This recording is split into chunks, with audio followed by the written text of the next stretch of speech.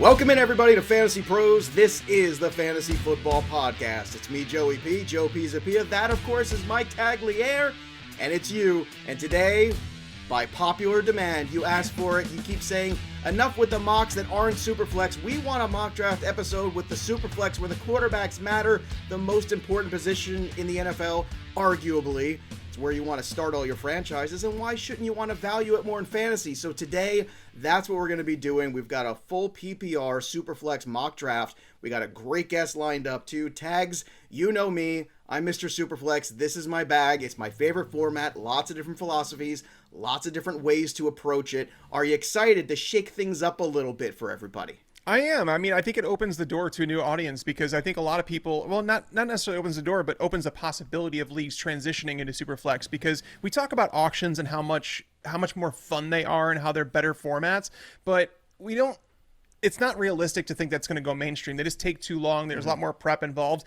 whereas Superflex really doesn't take much more prep. It's just a different draft strategy. So I do envision people just like PPR formats, where it took a while for people to kind of catch up with the times and say, all right, we're going to transition into half PPR, full PPR.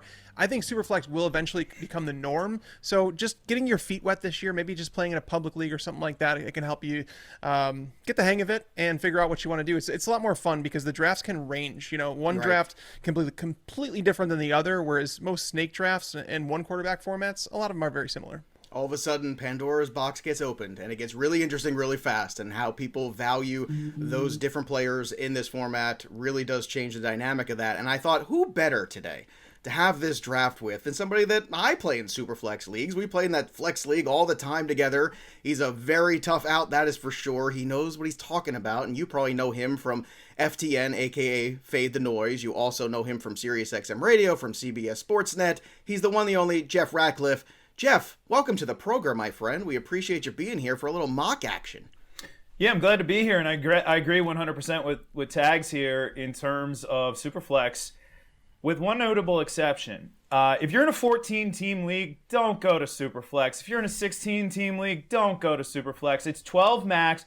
If you are in a 10-team league, don't go to Superflex. Go to 2 quarterback. Just go to 2 quarterback. And I don't hate on 8-team leagues. I just think if you're an 8-team league, you need to go super deep. So here, I'm proposing this. It is the year for 8-team leagues to go to 3 quarterbacks. Oh, baby, a 3 quarterback league. Hey, that's still only 24 starters. Yep. Everybody still gets a backup with 32 starting quarterbacks in the NFL. I think it's the way to go. Make your 8-team leagues very difficult. Doesn't have to be the butt of a joke anymore. I love this. You just rocked my world. 3 quarterback league. Where do I sign up? Well, let's do this. I think that's fantastic. And you're absolutely right, though. You nailed it. The 10-team league should use the quarterback pool way more than it does. And same thing with 8. And it's better to have 8 really passionate people in a league together than 8 and 4 who really don't care. I think at the end of the day. Wouldn't you agree with that, Jeff? Yeah, I mean, I do like the 4 who don't care because they're donations every single year. That's a good point. You know, that always gets me in December. You know, folks are like, I want my league to be active. And it's like, why? Like, it's playoffs. Why do we want to be active in December? Why are we not active in August, maybe September? I don't know. The argument to me just doesn't make much sense. But, hey, it's 6 and 1, half dozen the other, Joe. The thing about fantasy football is there's beauty in all places. So 8-team league with 3 quarterbacks, sign me up. 12-team league with 4 donations, sign me up. I mean, I'm in for whatever. There you go. And you can make those donations payable to Jeff Ratcliffe on Twitter. Make sure you go and sign up right away for that. So today, as always, when we do our mock drafts, we're going to be using our Draft Wizard software, the multi-user draft. And that, of course, you can find at fantasypros.com/draftwizard. It's fantastic. We just did a live stream last week. You saw how difficult it was to maneuver. The 4 of us, myself, Tags, Yates, and Dan, were doing a mock together. And it is tough, man. It is one of the more realistic sites, and that's what's so good about it. And it really does challenge you. So you can get a couple friends together, or a couple enemies, as Jeff likes to put it, or some donation people. And you can all get in together at fantasypros.com/draftwizard.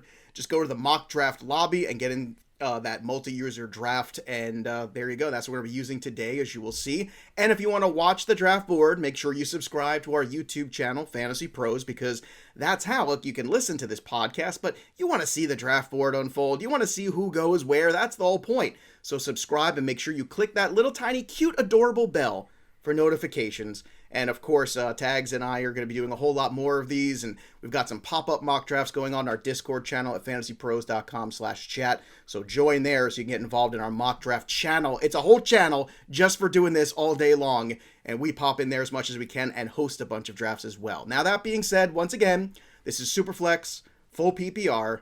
Tags, we've also got a flex spot in this draft as well. Anything else, any other wrinkles you threw in? I'm only hoping there's no defense, no kicker, right? We don't play that. No, like Jeff suggested, you don't do it with a 14-team league either. It just gets messy at that point, but it's a 12-team format, full PPR, 1 quarterback, 2 running back, 3 wide receivers, 1 tight end, 1 regular flex, 1 super flex, which means you don't have to use a quarterback in that flex position, which makes it a bit easier during bye weeks. If you only draft 2 quarterbacks, you can get by, obviously, during that time. We're doing 6 bench spots, no kicker, no defense, because, again, everyone on this show would be waiting until the last couple rounds to do it anyway, so we might as well give you our late round sleepers rather than do that. So now that Dan's not running the board this time, maybe I'll get a higher pick. Because maybe you will. Before you hit go on the draft, I want to get Jeff's thoughts because this is Superflex. It's a perfect time to talk about it. It is the Carson Wentz injury. Really didn't get a chance to really dive into it. The foot injuries out there. Jeff, we also got some news that Nelson is going to be missing some time with a foot injury too on the offensive line. So that's a Pro Bowl guard, Quentin Nelson too. So that's a lot to be taking in. How does this affect not only Superflex, but just the value of the Colts offense in your opinion, Jeff? Well, Carson Wentz's timetable is the really interesting factor here because we do have a 5 to 12 week timetable, which means in theory his rehab can start as early as 2 weeks from now.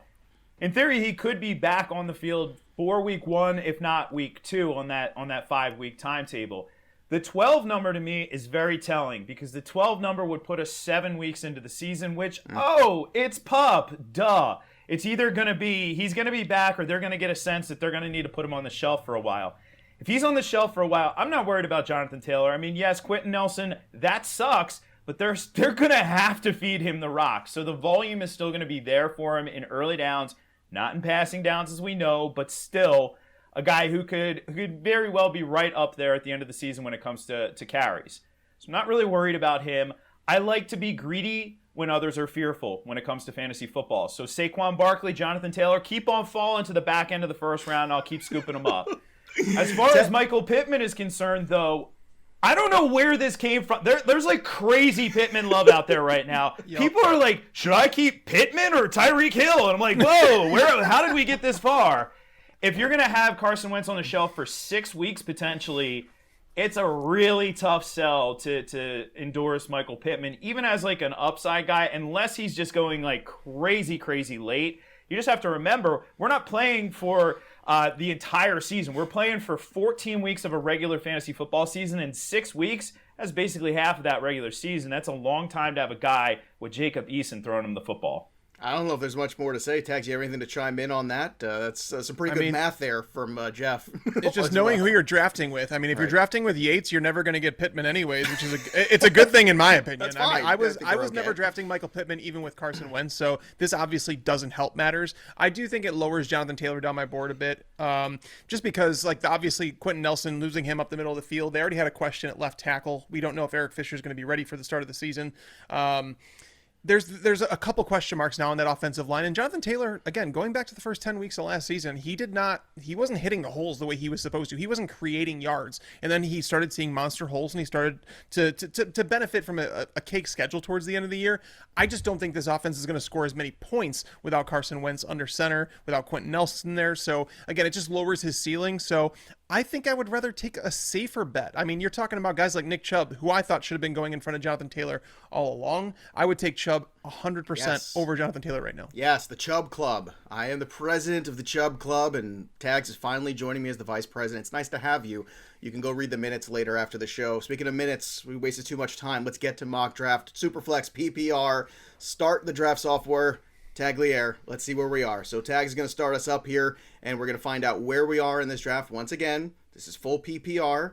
This is also Superflex with a flex spot, just to keep everybody kind of locked into what we're doing here. And, of course, we're using that Draft Wizard software. Looking at where we are, I am not Team 1, I am not Team 2, I am Team 3, which means where is Tags? I don't know, but Jeff Ratcliffe is pick number 7, Tags all the way at number 10. So that should be fascinating there to see who falls to him and how he goes. So away we go, and here we are. Right off the top here, Mahomes and Christian McCaffrey go.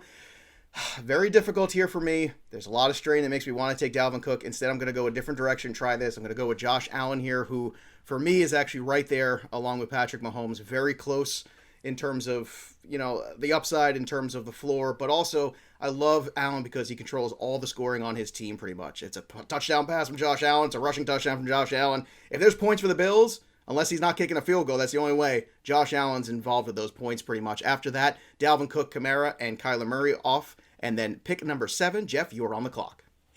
It'd be lovely if I could pick, but my computer is, of course, not cooperating right now. I am just spinning and spinning and spinning. So the beauty to doing these sorts of things, it's slowly but surely getting there. And this is a great indicator of it's time for me to get a new computer. Well, just so you know, too, we'll talk you through it. Derrick Henry would be I believe the auto pick here. You also have Elliott and Adams. So if you did have a way to go through it here, you were able to actually pause that until you get in there. So I am pausing it just to make sure that time Jeff's out able the to... show. Yeah, for sure. Show. No, I'd rather have that than to worry about to say, hey, that it auto picks somebody that Jeff. No, that's annoying. Yeah. So okay, I'm in, and I am going with Derrick Henry here. It's close between him and Ezekiel Elliott for me. Which Zeke just he's continued to rise up my board as Saquon has faded back, as Jonathan Taylor has faded back. But when you're talking about, I got asked the other day, who's the safest running back on the board right now? There isn't one. There's no such thing as safe in fantasy football. But if I was going to say one, it would be Derrick Henry, just because of the massive floor that he brings. Mm-hmm. He's so gigantic. I don't want to say anybody is not going to get hurt, but he seems to hold up pretty well, pretty darn durable. So it was an easy pick for me. Love it. Big fan of Derrick Henry. Always have been, always will be. And as far as workload, I know it's been huge, but don't you think he's got one more in him, it seems like? Don't you think just from what you've seen? I didn't see any wear and tear at the end on Henry. Did you, Jeff? No, I mean, he put up one of his biggest games in the year to get up over 200 or 2,000 yards for the season. He's got a lot more to prove. He's potentially has the record in sight. Now, I know the purists out there are going to say that Eric Dickerson didn't play the same amount of games, but still, the record is the record. And on top of that, back-to-back 2,000 yards would be quite impressive. Now, of course, that's a long shot. I think, 1,500 yards, though, completely reasonable. The one pitfall of Derrick Henry is in the weeks where he doesn't score a touchdown, he's going to be a problematic fantasy option because he'll go 18 for 80 and won't catch a pass, or he'll catch one ball for 5 yards, and he won't be a top 10 fantasy running back. But those weeks, fortunately, are few and far between. Okay, so after the little hiccup there, Elliott ends up going to Jeff, but again, we're very close in terms of the picks there. Didn't get the Henry pick in time, but Henry's how he would have gone. Jeff, when we're talking about players that are ranked, though, too, how close do you have Elliott and Henry also? They're back-to-back.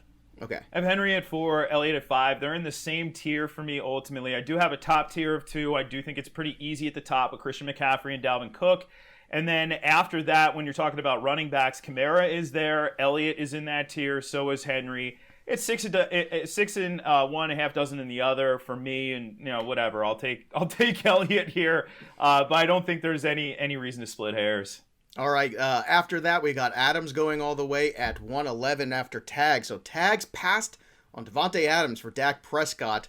Not shocking here. It is the Superflex, but that had to hurt like every fiber in your being, Tags. And then after that, you got Barkley, Taylor, Eckler. So you're up for another pick here. Walk us through Dak and walk us through your next one. Yeah, fortunately, it worked out the way I'd hoped, because there was going to be 4 picks in between my next one, and there's definitely a top-tier quarterbacks, and it was Dak.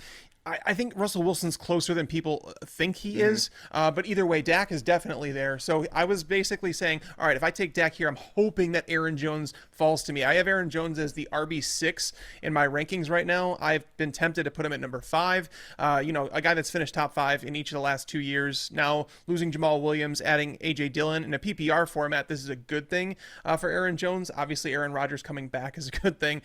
So getting him here in the second round, I feel pretty good about. It's just, I don't like being near the turn. I love where Jeff's at in this draft. He's at 206 now, where he's able to see the trends taking place in the draft and can kind of adjust his strategy on the fly. Whereas me, I kind of have to start those trends sometimes. All right, Jeff, you are here and you made your pick. So who is it at 206? This is a little bit of a surprise. Tyreek Hill is available at this point. I love taking him. Again, a top tier of wide receivers. I have him, obviously Devontae Adams, and Stefan Diggs in that after last year as well. And, hey, I said this last year. It would surprise nobody. Now, I exaggerated a little bit. I said it would surprise nobody if Tyreek Hill went out and had like 300 yards and 3 or 4 touchdowns. Well, he almost did that against the Tampa Bay Buccaneers. He absolutely torched Carlton Davis in that game, and so now I love getting him in the second round of a draft like this. Comes back to me, and I'm going to have some fun here. Let's go a little stack, Stefan Diggs. So this team is either going to stay healthy and be great, and if one of them gets hurt, I'm going to be a very sad boy because the pairing of Diggs and Allen was very good last year. Now I have a choice to make because after this, I've got Tom Brady off the board, Calvin Ridley off the board, Jefferson off the board.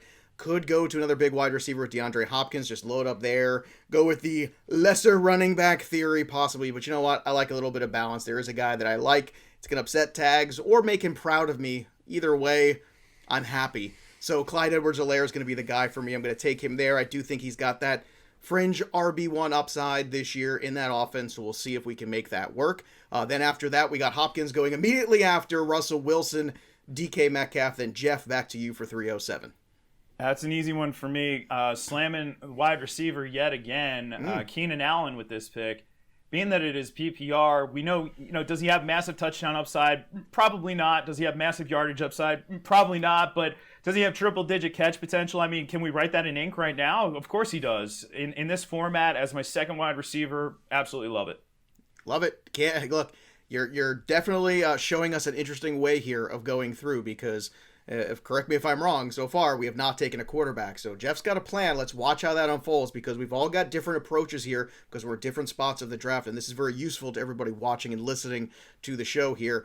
Kittle goes at the turn. Again, one of Tag's favorites goes by in favor of Allen Robinson. So Robinson, the 310 pick, back to you for another one in the beginning of the 4th round, Tags. Yeah, I didn't think Kittle was going to come off the board. I was hoping he wouldn't, that he would last. But Allen Robinson, I needed to get a wide receiver 1 here in a PPR format, and Robinson is the tail end of those for me. And then you get into the guys like now, who I'm considering is like a CeeDee Lamb, a guy that we're expecting to take that leap in the second year, and he has been creeping up. I've actually flip-flopped him and Amari Cooper in my rankings and moved Lamb up into this spot because he's just someone that we talked about Godwin in 2019, we talked about Calvin Ridley in 2020.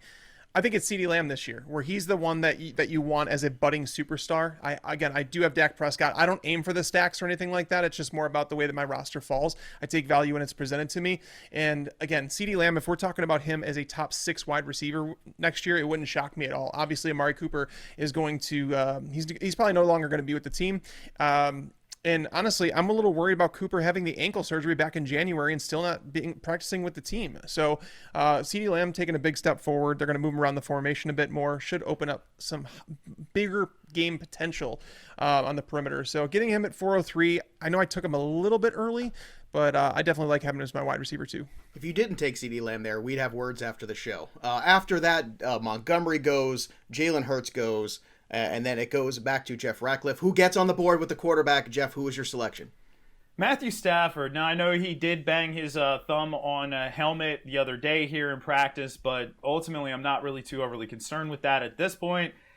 Talk to me in a week from now. Maybe I'm feeling differently, but I'm going to take the risk on the upside. I just have to point out that Jared Goff had 2 4,600-yard seasons in this offense, and now we have Matthew Stafford in the offense. So I want to go after a quarterback after 10 are off the board. 10 were off the board, so it's time to hit the position. Look, I think that's a tremendous value there. Was that the guy that you were hoping as the draft was unfolding? That's kind of your guy. Like, if I can get Stafford as my QB1, I feel good about that. I don't really approach drafts that way. No, okay. I want to get a quarterback after 10 are off the board for my first quarterback, and whoever it is, I'm happy to grab. I do think that there's a lot of drafts out there in home leagues where Stafford will be a top 10 quarterback, so maybe he wouldn't be in the wheelhouse for me, but I'm happy to take somebody at the higher end of that spectrum of 10 to 20 in my rankings. All right, so after that, I was able to take Chris Carson, who was the guy that I wanted. Trevor Lawrence went. Woods, ETN, Miles Sanders go off the board. We're losing some quarterbacks here, so that's kind of the spot now. Do I want to go for the second one? Do I want to go with the wide receiver? It's some of the Tampa guys who I feel a little worried about, so right now I don't see a lot of separation in the second quarterbacks, but instead I'm going to load up with another wide receiver that I think is grossly undervalued. And once again, Tags is either going to love me, hate me, either way. Julio Jones is now on my roster as my second wide receiver, and I feel pretty good about this. Diggs, Julio, it's a nice setup. I got my two running backs. I got my big-time quarterback. So now it's about kind of approaching that next Superflex spot there with maybe the quarterback talent. It seems to be a lot of pocket passer guys, not a lot of separation there. Mike Evans goes, Amari Cooper goes. Jeff, you're back on the clock for 5:07. And so I'm a man of my word. Those who listen to the radio show, those who listen to the podcast know my exact strategy. Wait until 10 are off the board, then hammer the position, likely in back-to-back rounds, especially if you don't think that another quarterback before rank 20 is going to be on the board for your following picks. So I take Joe Burrow here. I think this is going to be a high-volume passing offense with a lot of 11 personnel. You're set up with T. Higgins. You're set up with Jamar Chase. You have Tyler Boyd. This is a really nice situation. We know how much Burrow passed last year, and I know they didn't upgrade. Oh, wait, yes, they did actually upgrade the offensive line. Riley Reef, okay, bring in a veteran presence, but Jackson Carman is a really solid addition. Eventually could take over at right tackle for this team. I love it, man. I love what Joe Burrow has the potential of doing for fantasy purposes. He was on my board, on my queue. I was going back and forth between him and Julio, but you ended up with him at the end of the day. Tags, Deontay Johnson, one of your favorites, goes right before you, but you end up with Darrell Henderson at 5'10", and then back to you for 6. Where are you in the 6th round? Yeah, Darrell Henderson, it just feels like his ECR, ADP, none of it's caught up to where it should be yet. It's getting closer because he's not a smash RB1 play, but, with no Cam Akers there, the beat reporters are saying that he is the clear-cut number one, that there's a distant second between him and Xavier Jones. So unless they sign someone when cuts are made around the league, and again, if a running back's cut, he's not considered a top-tier talent. So getting Darrell Henderson as my RB2 in the 5th round feels pretty good. And then I grabbed Kirk Cousins. I selected him over Matt Ryan because, Kirk Cousins is continually undervalued, particularly in Superflex 2 QB formats, because he's not losing that job barring injury. And no, I don't care that they drafted a quarterback. He's not losing that job. And he posted better numbers than Matt Ryan last year. And that's when Matt Ryan had Julio Jones for half the season. So Kirk Cousins is the easy pick for me. Underrated, undervalued, just, try to get through September, and after September, things usually get pretty good for him. After that, you take one of my favorites here, Jeff. I believe you took T. Higgins here with the 606, so walk me through that selection. Yeah, well, it would have been a toss-up between him and Joe Burrow, or not Joe Burrow, Brandon Ayuk here, but because I just took the aforementioned Joe Burrow, I figure I'd get the stack in this lineup. It can be beneficial to do so. People have asked me, do I intentionally go out to stack? No, I don't. I'm not going to force the issue if it's not there. But if the opportunity presents itself, it's a strategy I'm willing to deploy. Certainly right here. I think both Higgins and Jamar Chase are going to kind of be a 1 and 1A situation there for this team, where they're going to see about equal targets. May not be the smoothest ride through the season, but the ceiling is very high with Higgins.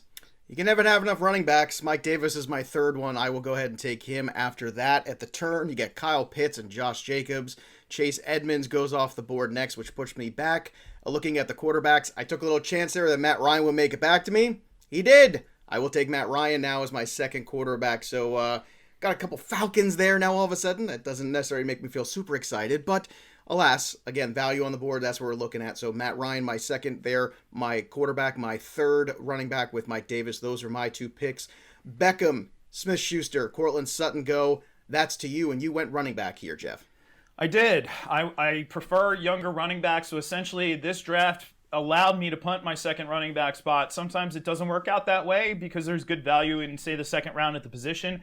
There wasn't when I was up. I would prefer Tyreek Hill there, so I went down this pathway. And Javonte Williams sitting here at this point in the draft, he may not be the lead back in September, and I am willing to take that chance. He is the superior player for, in that backfield. Melvin Gordon aging, Javonte Williams, a 3-down back who really was only a few picks behind the first round guys. He didn't go in the first round. He went at the very beginning of the 2nd round. He is a premium talent, and I'm happy to take him in this spot.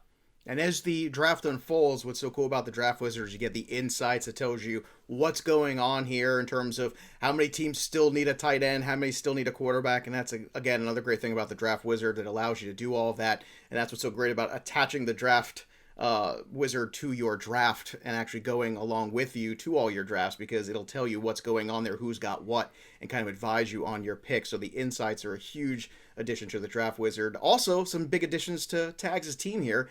7 and 8. Tags, where are you going? All right, so I went with Myles Gaskin, making Dan Harris proud of me. I knew you would. That's his guy. And to be fair, in the 7th round, at the end of the 7th round, to get a running back that has the potential to have 16-plus touches is kind of remarkable. And an offense that should move the ball a bit better with the pass catchers they've added. And speaking of which, the pass catchers, they're like all injured. So that might be the case throughout the year. But Myles Gaskin, undervalued right now. And then in the 8th round, this is the first time I've ever drafted this guy in a draft, because I feel like I typically avoid middle round tight ends. I don't draft them because a lot of time it's just a waste of time. But now here in the 8th round to get TJ Hawkinson, a guy that should see 110 plus targets this year. Targets are everything to tight ends. And I'm not going to sit here and pretend that Hawkinson is going to compete with George Kittle or Travis Kelce or even Darren Waller. I'm saying that he's going to finish as a top 6 tight end by default. When you get that much volume, and his skill set, to be fair, it does match Jared Goff much more than the wide receivers that they've added there. So Hawkinson, I'm not excited about him, but to get him in the 8th round, it just feels too easy of a pick. Who are you? What have you done with Tags? Mid-round tight end? I don't even know who you are anymore. All right, let's go to you here, Jeff, for your next pick, because you also went tight end, I believe. Yeah, and I think calling those guys, unfortunately, wide receivers might be a bit of a stretch. Sorry, Detroit fans. Don't give me. What about Quintez Cephas? Anyway, I'm taking Dallas Goddard in this range. Hawkinson is a really nice value here. This is actually on value with where I have Goddard. Some people are going to be worried about Zach Ertz. Yes, there could be some cannibalization, but at this point in their careers, Goddard is the superior player. Plus, the Eagles have some major question marks at wide receiver. Devontae Smith already banged up. Jalen Reagor had some off-field stuff in personal life and very sad stuff that he came into camp not necessarily 100% there yet. I don't know how long that it takes him to get back, but you figure Dallas Goddard is going to be heavily involved right away, and I like the spot at a notoriously tricky position. The draft wizard showing how tough it is. I took Jerry Jeudy, which was exactly where I wanted to go, and then I thought, maybe I'll be sneaky here and take Trey Lance as my 3rd quarterback and see what happens. No, Trey Lance is off the board, so is Cook, so is Boyd, so that goes back to me whether or not I want to get another running back here, get some more depth. And I think I will, because you just can't have enough running backs. So I filled all that out. I'm going to take a shot on Ronald Jones. We had a big debate yesterday about Ronald Jones and Fournette. Just going to get more bodies. Once again, there's that extra flex spot. You got to worry about that. And all the measurables lean towards Jones. We'll see if the playoffs and playoff Lenny come back and ruin this pick. I don't know. I'm going to take one more running back because I see after this where things are going, and it's not in a good direction, which puts Jeff back on the clock here after Deebo Samuel, Curtis Samuel. No more Samuels. Jeff, I'm sorry you can't take a Samuel. Yeah, I'm really bummed about that. But I'm going to take a quarterback because, again, I'm a man of my word. And the checklist says once 24 quarterbacks are drafted, we draft our 3rd quarterback. And I'm going to shoot for upside for a guy who has absolutely no competition for the starting job in Zack Wilson. Sure, he's going to be a rookie in an offense that is certainly rebuilding, but he's got some good surrounding talent and hopefully a bright offensive mind at the reins at offensive coordinator. So for me, easy one. All right, Tags, you are up on the clock right now at 9:10. So after Wilson, there goes Brown, another Tags favorite. Waddle goes off the board. Tags, you are now on the clock. Yeah, Antonio Brown was the target here, 100%. And I was ticked off to hear Jeff pass on him and then see him go the pick afterwards. Like, I got past Jeff. I didn't pass on him. Oh. I didn't pass on him. They're going to be running a lot of 12 personnel. I did not pass on him. Okay. So I'm going to go with a guy that Jeff basically he took the running back on this team 2 rounds ago.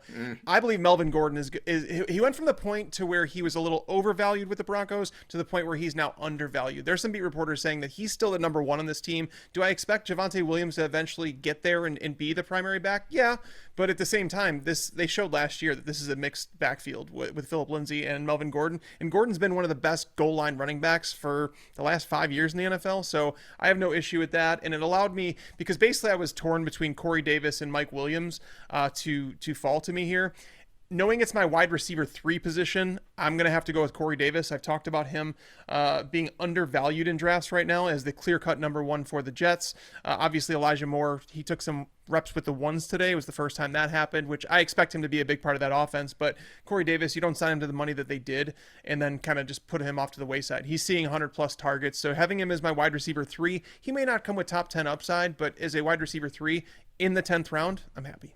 Mike Williams did not make it to me, which I am upset about. But after you took Corey Davis, Mostert, Fournette go off, and then Michael Carter goes to Jeff. So you got your Jet quarterback and your Jet running back here. So I feel like you're going to be watching a lot of Jet games potentially with this team. Well, I watch every game every week, my man. I'm sorry you had to watch every Jet game. Well, hey, the beauty of the NFL is that even the worst teams are still in the NFL, and they're still very fun to watch.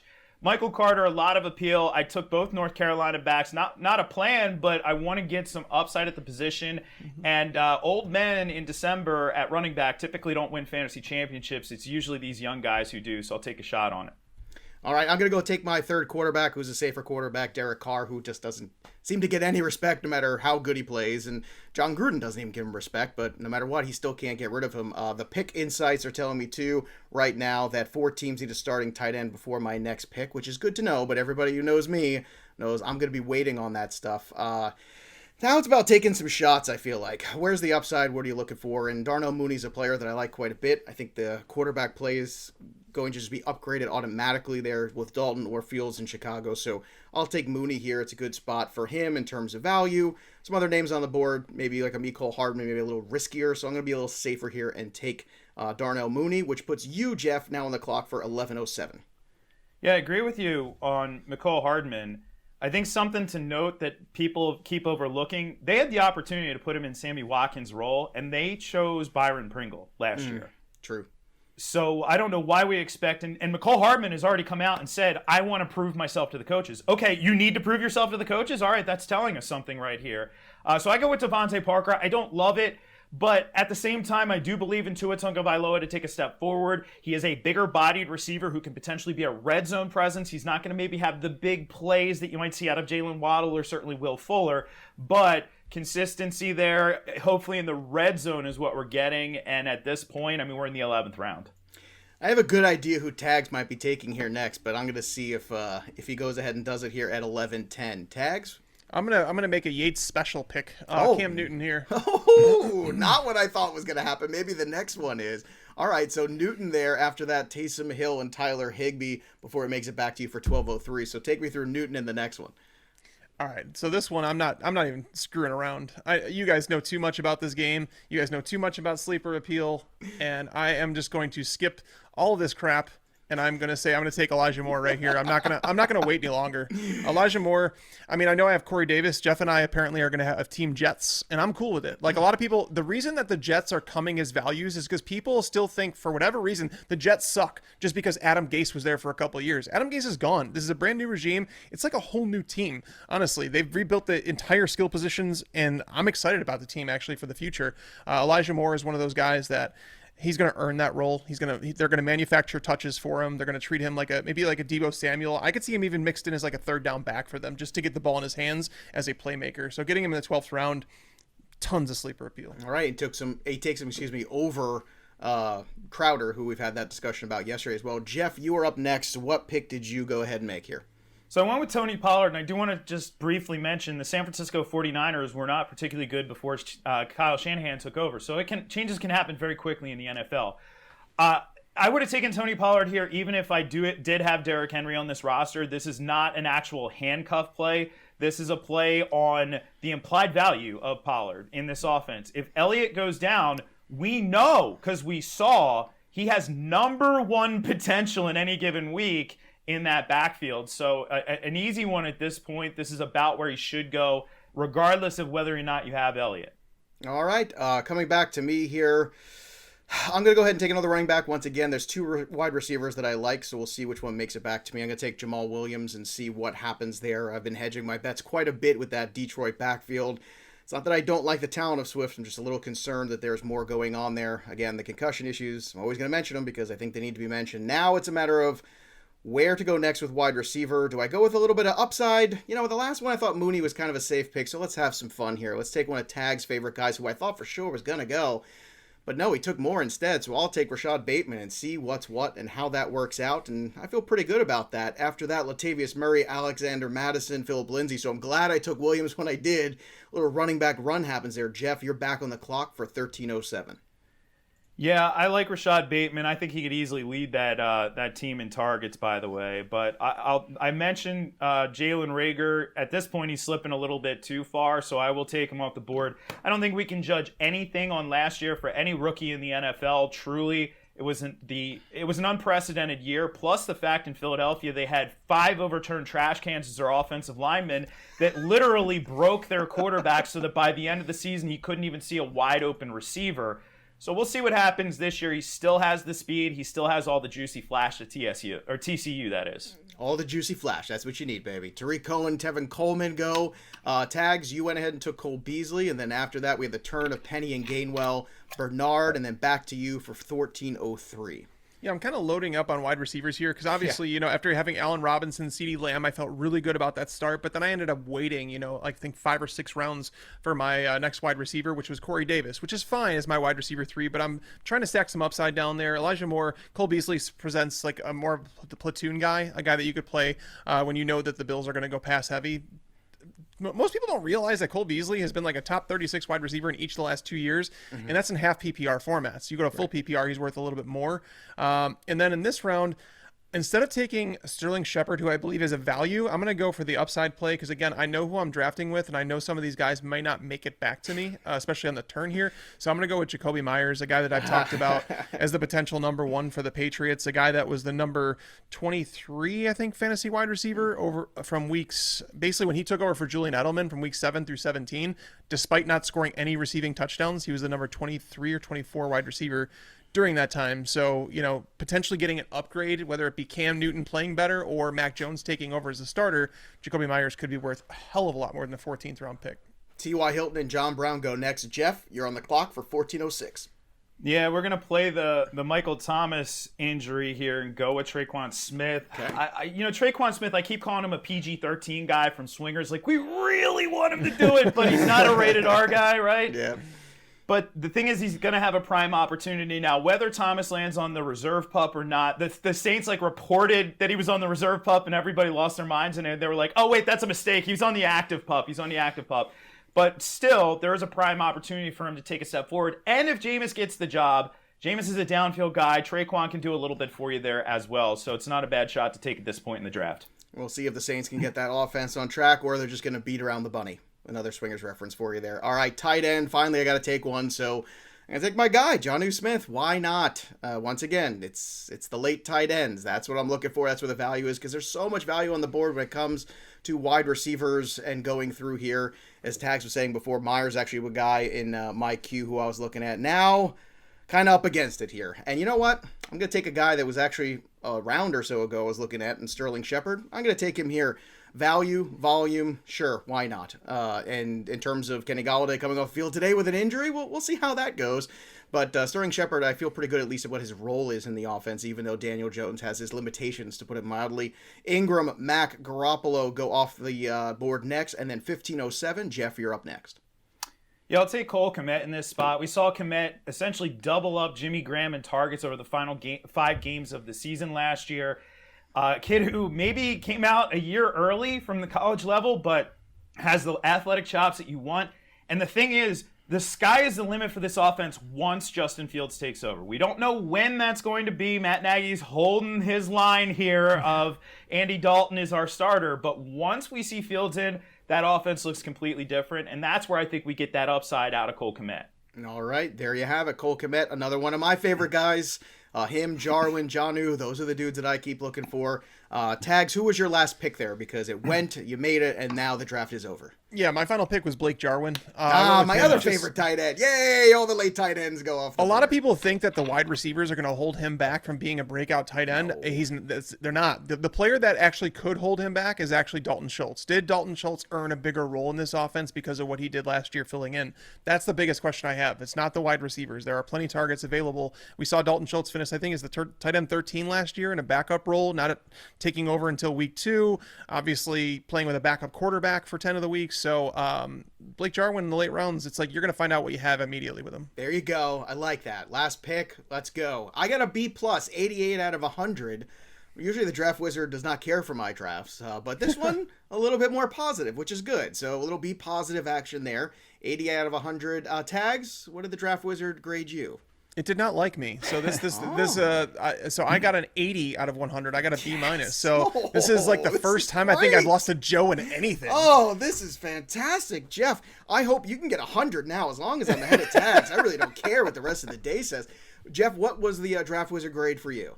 Got an A-, 90 out of 100. Look at you. The money in the bank. Look at him hammering the quarterbacks at the end. Or not at the end, but hammering the quarterbacks after the top 10, as we were talking about. When you look at the projected standings here on the Draft Wizard, it says Jeff Ratcliffe has the 3rd best team. I have the 4th. Tags all the way at 8th. You know, Tags, you call yourself an analyst and an expert, but I don't know if 8's really going to get it done. But in joking aside, I kid because I love you. But Tags, why do you think the Draft Wizard comes up with a projected grade? What do you think that you saw in your roster now looking back on it that would say, okay, yeah, there's some projectability here that maybe I see that maybe the projections don't?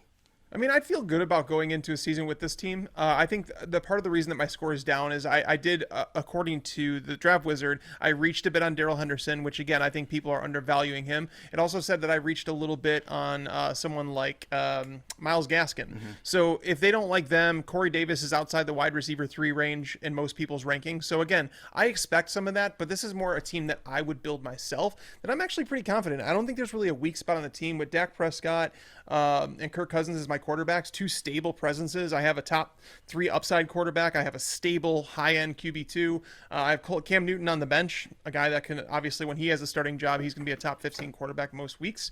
Aaron Jones, Myles Gaskin as my starting running backs with Darrell Henderson in the flex. Melvin Gordon on the bench. And then going to wide receiver, Allen Robinson, CeeDee Lamb, Corey Davis, Cole Beasley, Elijah Moore, Jacoby Myers, and TJ Hawkinson and Blake Jarwin at tight end. So again, I don't dislike this team. I actually do like it. I felt like the depth was solid too. So again, it's more important to like your team, but I did notice as Jeff was going through his draft, I thought he crushed it.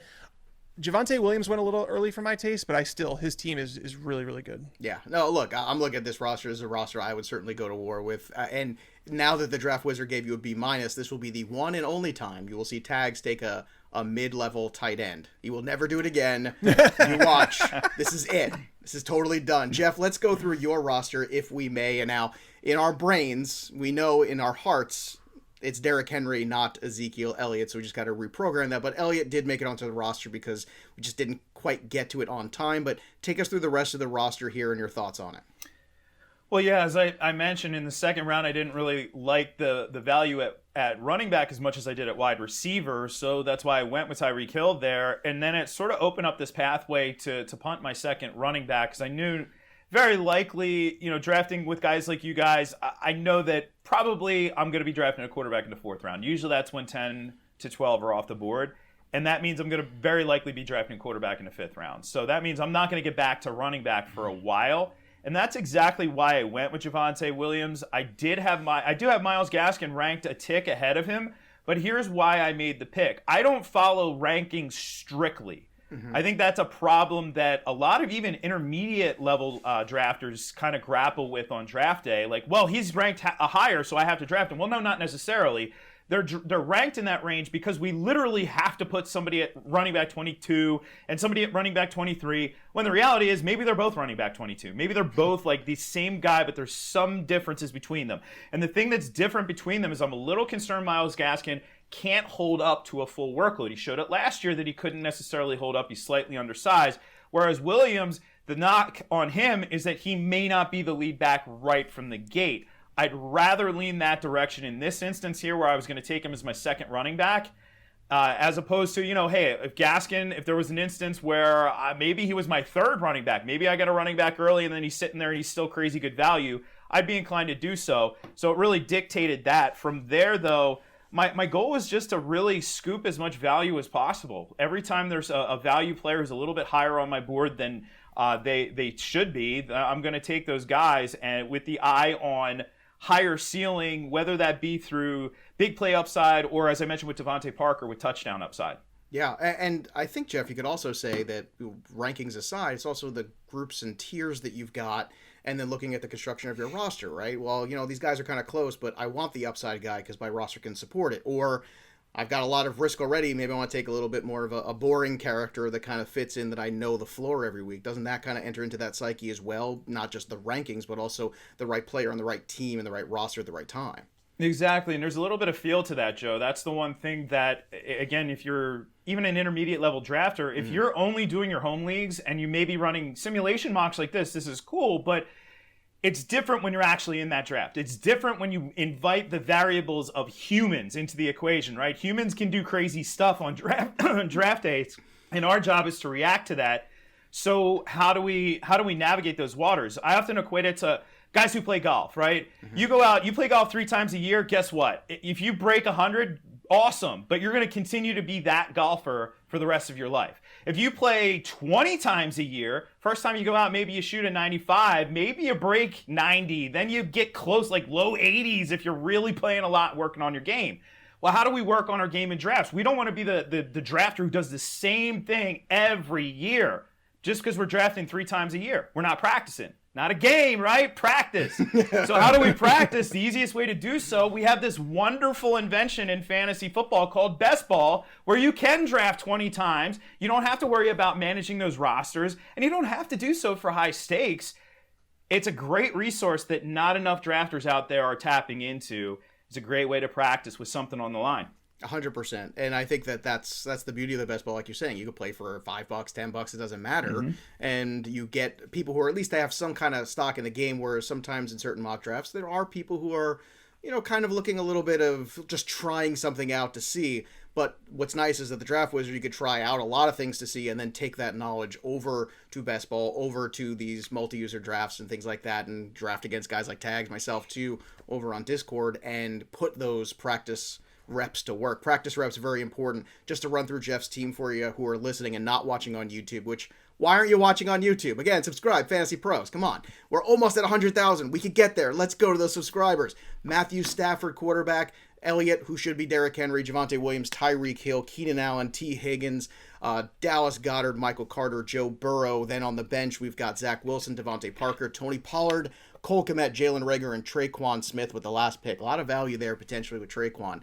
For me, look, started off with Josh Allen. Very happy there. My second quarterback, okay, it's fine. I will live with Matt Ryan as my second quarterback. I think you could do a lot worse. He's always going to be in that fringe between, low-end QB1, high-end QB2. More likely a high-end QB2, I think, this year. But who knows? Maybe Kyle Pitts blows us all away. Third quarterback on this team is Derek Carr, another safe quarterback. I'm not really worried about him losing his job anytime soon. The running backs on this team after the QBs, I've got Clyde Edwards-Helaire and Chris Carson as my 2 starters. Feel pretty good about that. Those are kind of where I like to live. In the Superflex, give me 2 of those high-end number 2 guys that I feel good about the volume, feel good about the upside. In terms of wide receivers, Stefan Diggs, Julio Jones, Jerry Jeudy. A very exciting bunch as far as I'm concerned. Those are definitely 3 of my guys, quote-unquote. Jonnu Smith is the tight end. In my flex spot, I've got Mike Davis, the volume king. Again, there's risk there. I know it. We all know it. But there's also some upside, too. We had a big discussion on yesterday's show. You can go back and listen to Demand on Mike Davis. So back that up with Ronald Jones and Jamal Williams at the running back position, and then the wide receiver bench players, Darnell Mooney, Sterling Shepard, and Rashad Bateman. Tags, anything stick out to you with that roster that you want to hammer me on, or dare I say compliment, but probably not?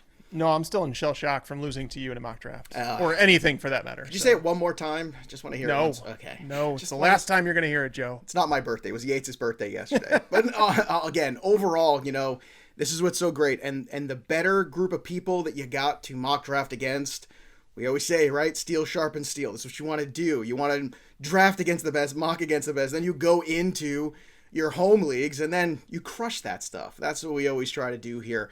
Jeff, once again, I can't thank you enough for all your time. Of course, you can always follow Jeff on the Twitter machine at Jeff Ratcliffe and check out all the stuff they've got going on at FTN Fantasy, including your SiriusXM show. What else you got going on here, Jeff? I know it's August and you're super busy, so the fact you gave us a whole hour is just stunning, and I appreciate it. But what else is happening at Fade the Noise? I see a lot of fun stuff happening there.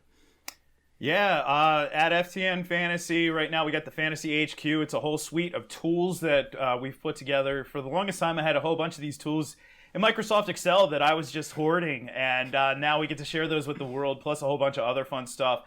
We have my Draft Guide magazine as well, which is a labor of love, but we do update that continually here. We got another update coming. It's called the Fantasy Game Plan. It's cover to cover, yours truly, all kinds of good stats, analysis, my draft board, the one of a kind. Everybody hears me talk about showing up at a draft with one sheet of paper. Well, you can get the one sheet of paper plus 68 other sheets. Yes, that is how many pages are in the draft guide. And somebody got that out there. Anyway, you can get that at ftnfantasy.com. Use a promo code RATPACK, and that'll get you a discount. Also, don't forget the Rant with Jeff Ratcliffe. And as you mentioned, the very originally named Jeff Ratcliffe Show on SiriusXM. I wonder what the secondary names were before you landed on that. Any? Didn't have anything else there jumping around there? No? Just, I don't think so. QB10 hammered home with Jeff Ratcliffe. I don't know. Just trying to figure out some other things. Maybe hey guys, because people will call in and it's just me and they'll say hey guys. That's awesome. I love that. You're like, are you even listening to the show? No. Do you ever ask? That is the best. Like, you're not listening. You just know the number and you're waiting to call because you know I'm on at that time, right? That's pretty much it. And they want answers to their questions. But that's why we're here. Hey, if they didn't have the questions, we wouldn't have a job. So I appreciate it anyway. All right. And of course, Tags just dropped the Boom Bust and Everything in Between article, everybody's favorite nightclub to visit. And the more I think about Tags, it feels like a Stefan nightclub from SNL, you know, when he would list off all those things. And I'll tell you what, the Boom Bust and Everything in Between's got everything. It's got running backs, it's got wide receivers, it's got John Gruden and Mike Mayock sharing a horse costume. It's got everything in it that you could possibly imagine. Tags, what else you got going on right now? Because I know you've got a lot, my friend. Oh, nothing much. I mean, finishing the nothing much. Who are you kidding? I mean, finishing that series and working on the Primer Draft Day edition. So you guys will know the Primer. You guys know in season. I deliver that weekly, but there's a Draft Day edition coming soon. Hopefully, looking to get that up towards the end of next week so that you guys could have it for your drafts over that weekend if you are drafting a little bit early. So that'll be out soon. And Wednesday night, go join fantasypros.com/chat. Join our Discord channel, and you can mock against me, Joey P, in our mock draft. So keep an eye out for the times. And again, make sure you subscribe to us here on Fantasy Pros on the channel. Once again, that's Fantasy Pros on YouTube. And go mock for yourself. Use the Draft Wizard right now. Go to fantasypros.com/draft wizard. If this didn't get you fired up to mock, I don't know what the hell will. That'll do it for us. But the story of the game goes on. For Jeff Ratcliffe and Mike Tagliere, I'm Joey P. We'll see you next time, kids. Thanks for tuning in to the Fantasy Pros YouTube channel. Don't forget to check out our featured videos. And while you're at it, make sure to follow us on Instagram, Facebook, and Twitter at Fantasy Pros, so you can get the latest news and updates to give you the edge you need in your fantasy league.